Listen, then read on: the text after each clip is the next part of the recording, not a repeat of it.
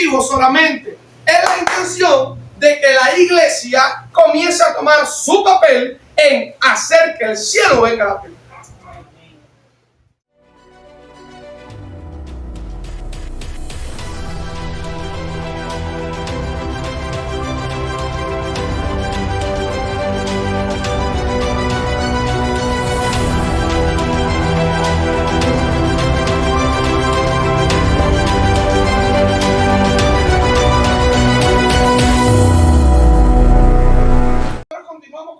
Provocando el cielo. La primera vez que lo prediqué, la palabra provocar significa instar, motivar, hacer que algo suceda. Y estamos hablando de provocar el cielo, es que Dios te sane. Es que tú actúes de tal forma, tu fe se active de tal forma que tú recibas sanidad. Que tú recibas la respuesta que tú necesitas del cielo. Entonces, provocando el cielo no es un nombre bonito, no es un tema llamativo solamente. Es la intención de que la iglesia comience a tomar su papel en hacer que el cielo venga a la tierra. Y qué tremendo. Porque aún en medio de todo lo difícil, ¿verdad? De Cuba, de las cosas que estaban hablando, de todo lo que pasó con Melissa y demás, Dios aún así respondió la oración de la iglesia. Sin embargo, el huracán entró en Cuba con categoría 3.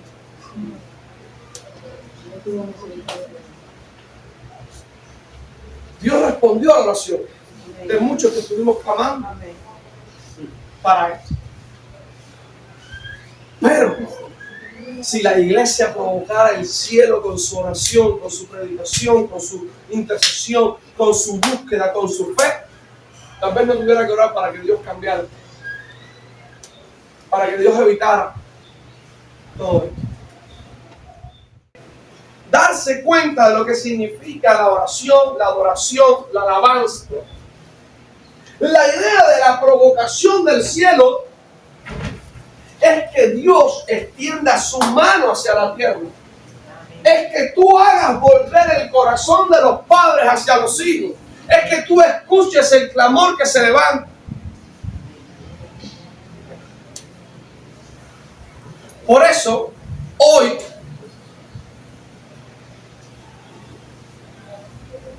mi intención, lo que el Espíritu hablaba a mi espíritu, es para destruir un lamentable concepto, una lamentable estructura pentecostalista y no apostólica que hay en nuestra iglesia. Y es acerca de la intercesión profética. Yo no voy a trabajar lo básico, yo sí voy a romper los esquemas. Y voy a iniciar con una frase del doctor Wyland Helms. Y esta es la primera. Dice el doctor Wyland Helms: no hay una evidencia bíblica que demuestre nada acerca de recibir los mantos de intercesión. Y aquello que no es bíblico puede ser bueno, pero no es normativo y no es fundamental en la iglesia. ¿Por qué? Porque cuando hablamos de los mantos de intercesión, estamos repitiendo el temor y la falta de revelación de los años 70, 80, 90, 2000 acerca de lo que era el movimiento profético. Y todo lo que tenía un parecer del movimiento profético le llamaban intercesores. Repite conmigo: intercesores. Ahora repite conmigo: no existe el manto intercesor. No existe. Usted está hablando. Bueno, si la Biblia no me dice acerca de esto, no es normativo, puede ser bueno, pero no es fundamental. La Biblia es la norma de fe de conducta del cristiano, decía Martín Lutero. La Biblia es la que da testimonio acerca de Cristo. Y lo tremendo es que nos hemos inventado unas cuantas cosas para acomodar a un grupo de personas dentro de la iglesia. Entonces vemos personas que tienen un manto de intercesión y cuando hace falta orar, No. Cuando hace falta levantar un clamor, no hay clamor. No hay cambio de atmósfera. Por eso no hemos entendido lo que se nos ha ido enseñando, lo que por tiempo el apóstol ha ido enseñando. Y lamentablemente, a veces insistimos en, tú tienes un llamado a la intercesión. Quiero que repitas conmigo, todos tenemos un llamado a la intercesión. Todos tenemos un llamado a la intercesión. Pastor, ¿por qué eso? ¿Usted está entregoniendo lo que nos ha enseñado con lo que dice la Biblia? Sí. Porque la visión de un apóstol es fundar la iglesia sobre Cristo, sobre el fundamento de los profetas y de Cristo, de la enseñanza de los apóstoles, de la palabra de Dios, no en el invento mío ni en la revelación del ángel Arlequín. Y por eso cité a una de las autoridades, ministerialmente hablando, teológicamente hablando, a las cuales usted tiene acceso, que tiene los mayores conocimientos teológicos.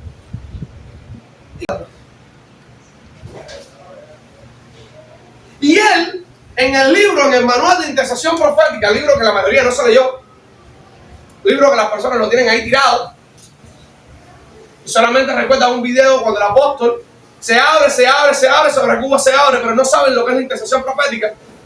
Porque si supieran lo que es la intercesión profética, los domingos en cada momento de intercesión, aquí habría vidas salvadas, vidas ganadas. Aquí habría en la intercesión una atmósfera de gloria, una conexión del cielo y la tierra constante. Porque eso es lo que nos enseñó Wayland como intercesión profética. Ser un tabernáculo caminante de Dios, siendo la unión del cielo y la tierra en nosotros. Está marcada entonces por la palabra de Dios. Y quiero llevarlos a la palabra de Dios porque está muy bonito que yo hable, pero dice la Biblia que las muchas palabras abunden el pecado. Así que yo me voy a ascribir a todo lo que tengo escrito. Tal vez a usted no le gusta mucho, pero yo me voy a ir acá porque yo me pasé toda la madrugada y llevo una semana entera preparando este tema, porque es necesario acabar de desmantelar la mentira de la intercesión individual, el manto, el ungido de intercesión y no el clamor de la iglesia. Entonces es necesario entender de que nosotros como cuerpo de Cristo, bien unidos por la coyuntura, vamos para manifestar lo que es Jesús. Pastor, pero esto niega la intercesión. No. Esto niega que hay un grupo de personas que sientan un deseo ferviente por interceder. No. No, para nada. Eso existe, es parte, puede ser una acción de servicio, podemos llamarle ministerio porque es un acto de servicio a Dios, pero no hay una unción particular. No es que hay, ve un manto azul que cayó sobre ti para la intercesión. Eso no existe. Eso no existe. Y si vamos a ser realmente apostólicos, entonces vivamos la teología patrística. ¿Qué es la patrística? La enseñanza de los padres fundadores de la iglesia. La tradición oral. Lo que está escrito. No lo que nos hemos inventado. Porque la Biblia dice en 2 de Timoteo que muchos han seguido doctrinas de demonios porque tenían comezón de oído. Amén. Entonces, como la palabra de Dios es nuestra guía, vamos a ir. En el libro de Ezequiel, capítulo 22, versículo 30, ya lo vimos hace unos días, pero es el texto base para provocar el cielo. En esta serie estamos hablando de esto. Dice Ezequiel 22:30. Lo primero de la intercesión profética habla acerca de la inminente necesidad del cielo de hallar a un hombre o una mujer que esté dispuesto a pararse en la brecha porque no haya destrucción. Y aquí voy a otra frase del profeta Wayland. Y Wayland dice, la oración, es decir, la intercesión, es la oración que se hace en nombre de los demás. Los creyentes oran por el bienestar la salvación, sanidad y protección de los demás y presentan a Dios sus peticiones. ¿Por qué la iglesia está enferma? Porque no hay intercesión. Pastor, entonces usted está culpando a la hermana Mayra, que era del Ministerio de Intercesión, a la hermana Laraine. No, yo estoy culpando a que ninguno de los creyentes está clamando para que de la presencia de Dios venga el cuidado, para que no hayan enfermos, para que no hayan pobres, para que sea la voluntad de Dios. Porque ¿qué dice ahí? ¿Qué dice el profeta Weyland? Que lo primero es que es la oración presentada a Dios en favor por los demás. ¿Y quiénes lo hacen? Los creyentes, dicen los líderes. Vamos, habla. Quiero que comiences a hablar. Dicen los líderes. Dicen los ungidos. Dicen los apartados. Dicen los que pasaron el módulo de intercesión. Dicen los creyentes. Cuando tú miras la Biblia, Ezequiel dice, no, los sacerdotes del antiguo pacto son los que tienen que interceder. No, dice, busqué sobre la tierra un hombre. Y qué tremendo, porque la entrada de Jesús a este mundo está marcada por la intercesión de dos personas. Pastor, ¿qué usted dice? Lucas capítulo 2. En Lucas capítulo 2 te presenta a dos personas. Te presenta un hombre llamado Simeón. Te lo describen como un hombre piadoso, entrado en años, y que le había dicho al Señor, no lleguen mis días, mi muerte, sin que vean mis ojos al Mesías. Y cuando vio a Jesús dijo, puedo morir ya, porque mis ojos han visto al Mesías y Dios ha escuchado mi oración. Este hombre intercedía día y noche.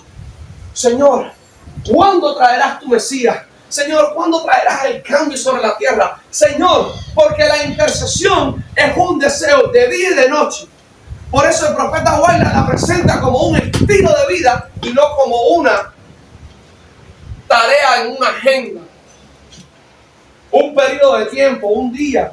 No, el intercesor oye la sirena, y cuando hablo del intercesor hablo del creyente, oye la sirena de una ambulancia y dice, Padre, toma el control. Escucha que hay una medida que van a tomar y dice, Señor, dale sabiduría, dale inteligencia, pon, Dios mío, tu mano sobre Cuba, pon tu mano, porque ha entendido de que Él tiene la autoridad y la capacidad dada por Dios para pararse en la brecha. Ahora, ¿qué autoridad tiene si no es nada delegado particular? Bueno, Jesucristo dio la autoridad y dice que cualquiera cosa que pidieres al Padre en mi nombre, creyendo que la recibiría, lo recibirías. Es el primer aspecto que te da. El otro aspecto, dice el apóstol Pablo, porque yo deseo que se hagan oraciones por todos los hombres, en todo tiempo. Entonces, nos está hablando la palabra de Dios a través del Espíritu Santo, a través de hombres y mujeres inspirados por Dios, para que intercedamos de la forma correcta. Por eso te vas a dar cuenta, y lo vamos a ver más adelante, que la intercesión no es gritería, no es reguero, no es bulla, no es que te desgalilles.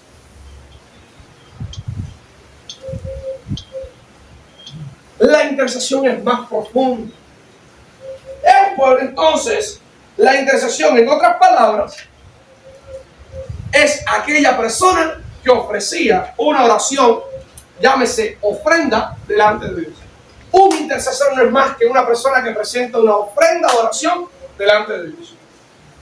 ¿Cuántos saben que el Antiguo Testamento es tipología del Nuevo Pacto? Repito, ¿cuántos saben que el Antiguo Testamento era un simbolismo para el Nuevo Pacto?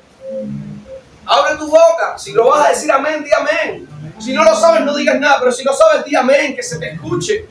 Si el barrio entero se entera cuando meten un gol, gracias a ti. Cuando se va la corriente,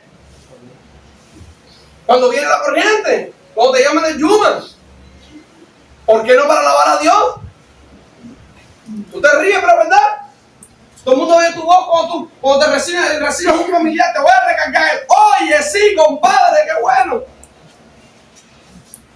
Dios es un Dios vivo, no es un Dios muerto. Amén. Cuando nosotros vemos esto que estamos hablando, lo vemos en Génesis capítulo 18. Un hombre que ofrece una oración de intercesión, una ofrenda a Dios. Génesis capítulo 8, vamos conmigo, por favor. Vemos ahí a Abraham y el primer momento de intercesión sobre la tierra.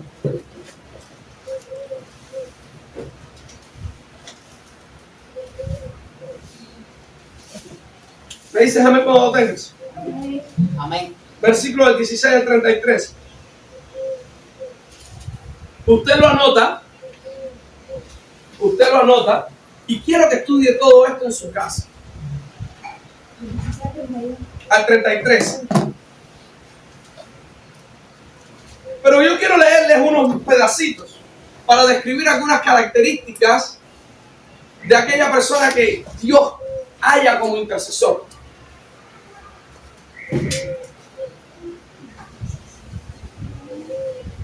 Y Jehová dijo: encubriré yo a Abraham, en el versículo 17, lo que voy a hacer.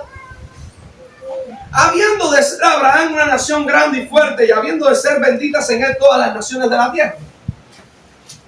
Porque yo sé que mandará a sus hijos y a su casa después de sí, para que guarden mi camino, haciendo justicia y juicio, para que haga venir Jehová sobre Abraham lo que ha hablado acerca de él. Dios inicia hablando acerca de Abraham, diciendo: ¿acaso le puedo encubrir yo a aquel que he dicho que le he prometido que lo bendeciré y que haré una nación grande?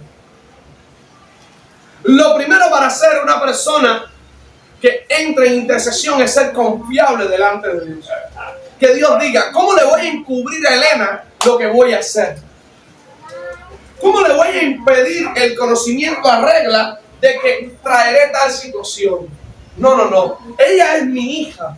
Ella es mi bendición. Yo la veo a ella, que ella me cree, tiene fe. ¿Cómo yo le voy a encubrir esto?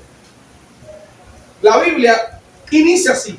Y después dice: entonces Jehová le dijo a Abraham: por cuanto el clamor contra Sodoma y Gomorra se aumenta más y más, y el pecado de ellos se ha agravado en extremo, descenderé ahora y veré si han consumado su obra, según el clamor que ha venido hasta mí, y si no, lo sabré. Y dice que envió 2 ángeles a ver la situación de Sodoma y de Gomorra.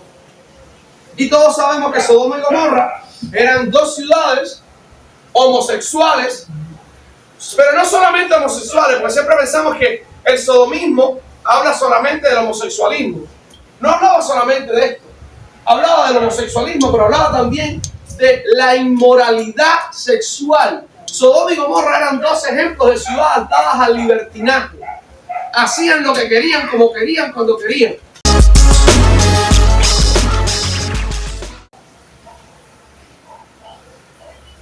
Pero mira esto, qué tremendo, que cuando Dios le descubre a Abraham lo que va a hacer, Abraham no es indiferente. Abraham estaba en Sodoma, Abraham estaba en Gomorra, Abraham estaba lejos, ¿verdad? Pero Abraham se acordó de que tenía un sobrino con una mujer y 2 hijas que estaban allí. ¡Qué tremendo! Abraham se acordó de su familia que estaba lejos de Dios. El que tenga oídos para oír entienda lo que Dios está hablando a través de Abraham. Abraham lo primero que hace es que se presenta como una ofrenda y le dice al Señor: discúlpame, en otras palabras, llevándote a buen cubano, te pedí por favor que después lo leas tú. Pero en buen cubano le dice a Abraham: discúlpame un momentico, Leopi. Yo sé que tú tienes el poder para descubrir todo 25, todo 21, pero... Y Dios escucha a Abraham, porque Abraham, ¿quién es? Confiable. Estoy por acá las cámaras. Abraham es una persona que Dios confía en él. Y Dios lo primero que hace en la intercesión es que deposita ¿qué? ¿Qué te hace Dios en lo primero para la intercesión? ¿Qué deposita en ti? Te hace confiable. Si tú no eres confiable, tú no vales para interceder. Porque entonces tú no tienes autoridad para hablar en el mundo espiritual. Y después vamos a ver lo que es la intercesión. Vamos a entenderlo bien claro. Abraham, con su confiabilidad, le habla al Señor. Y Dios lo escucha. Y entonces la intercesión se traduce como lo que a los críticos del evangelio no les gusta y que hablan de que todo es el evangelio de la prosperidad. Y empieza el primer regateo y negocio de Dios con un hombre. Dios comienza a negociar y Abraham comienza a regatearle a Dios. Señor, ¿acaso dejarás que muera el justo con el injusto? No escucho a nadie en la iglesia. Escucho muy pocos orar hoy por hoy diciendo: Señor, es verdad que Cuba está sobre crisis, es verdad que Cuba está sobre pandemia, pero ¿acaso dejarás que padezca el justo con el impío? ¿Dejarás que el pueblo padezca la misma enfermedad que padece el impío? porque tus enfermedades, las cosas que tú permites, las plagas sobre la tierra, son para mostrar juicio sobre las naciones, para que se vuelvan a ti. ¿Cómo es posible entonces que la iglesia viva los mismos juicios? Pero no hay una oración de intercesión así. Y como no hay intercesión, no hay confiabilidad de Dios en la iglesia. No hay confianza en que puede depositar la autoridad para cambiar la realidad. Y entonces para despertarla le dice lo mismo que le hizo a los jueces. Pero para que te quedes ahí conectado y no te despegues. Esta es la primera vez que vemos en la Biblia la intercesión. La primera vez, porque Noé no intercedió por el mundo. ¿Acaso no podía haberlo hecho? ¿Acaso Dios no hubiese escuchado a Noé? Si dijo Dios, y me arrepentí. No acontecerá que yo contienda, mi espíritu contienda nuevamente con el hombre. Y dijo Dios, pero no es justo. No es realmente justo. ¿Acaso Dios se contradice cuando dice que no hay ni siquiera uno justo ni cae el bien?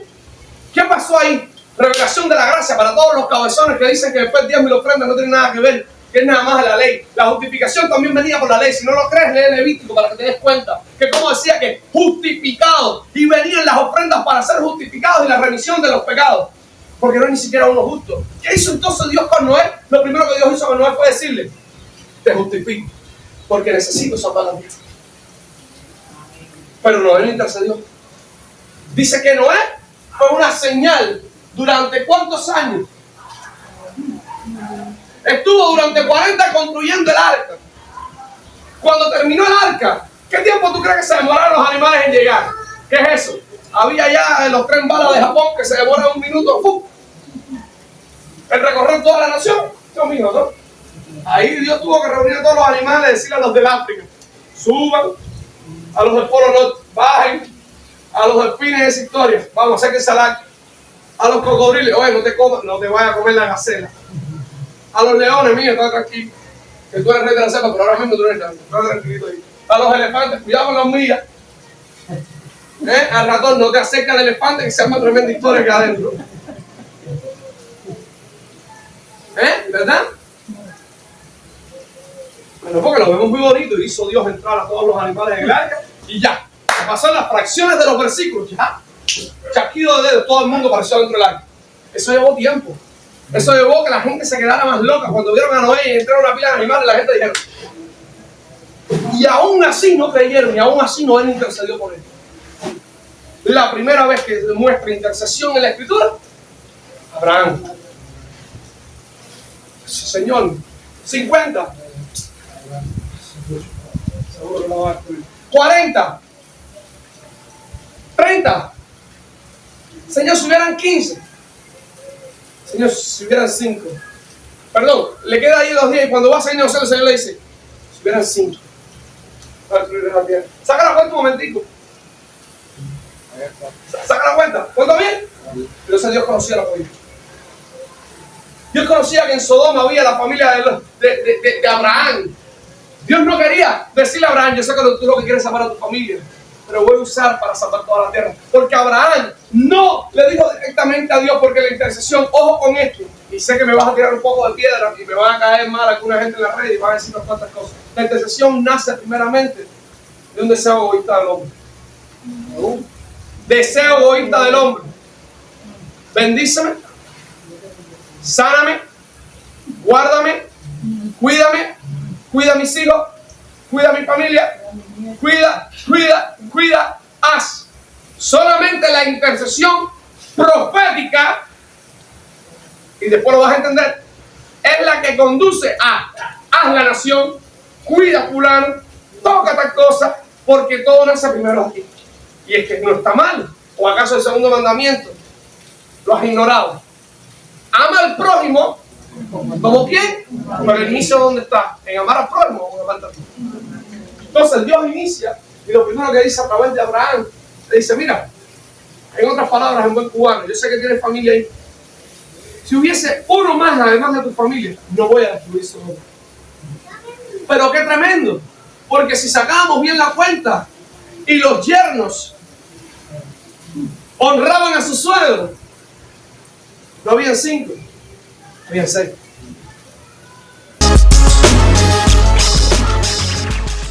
Era la familia de Lot y la familia de las hijas de Lot. Ay, nunca había visto la historia de Sodoma y Gomorra desde ese perspectiva.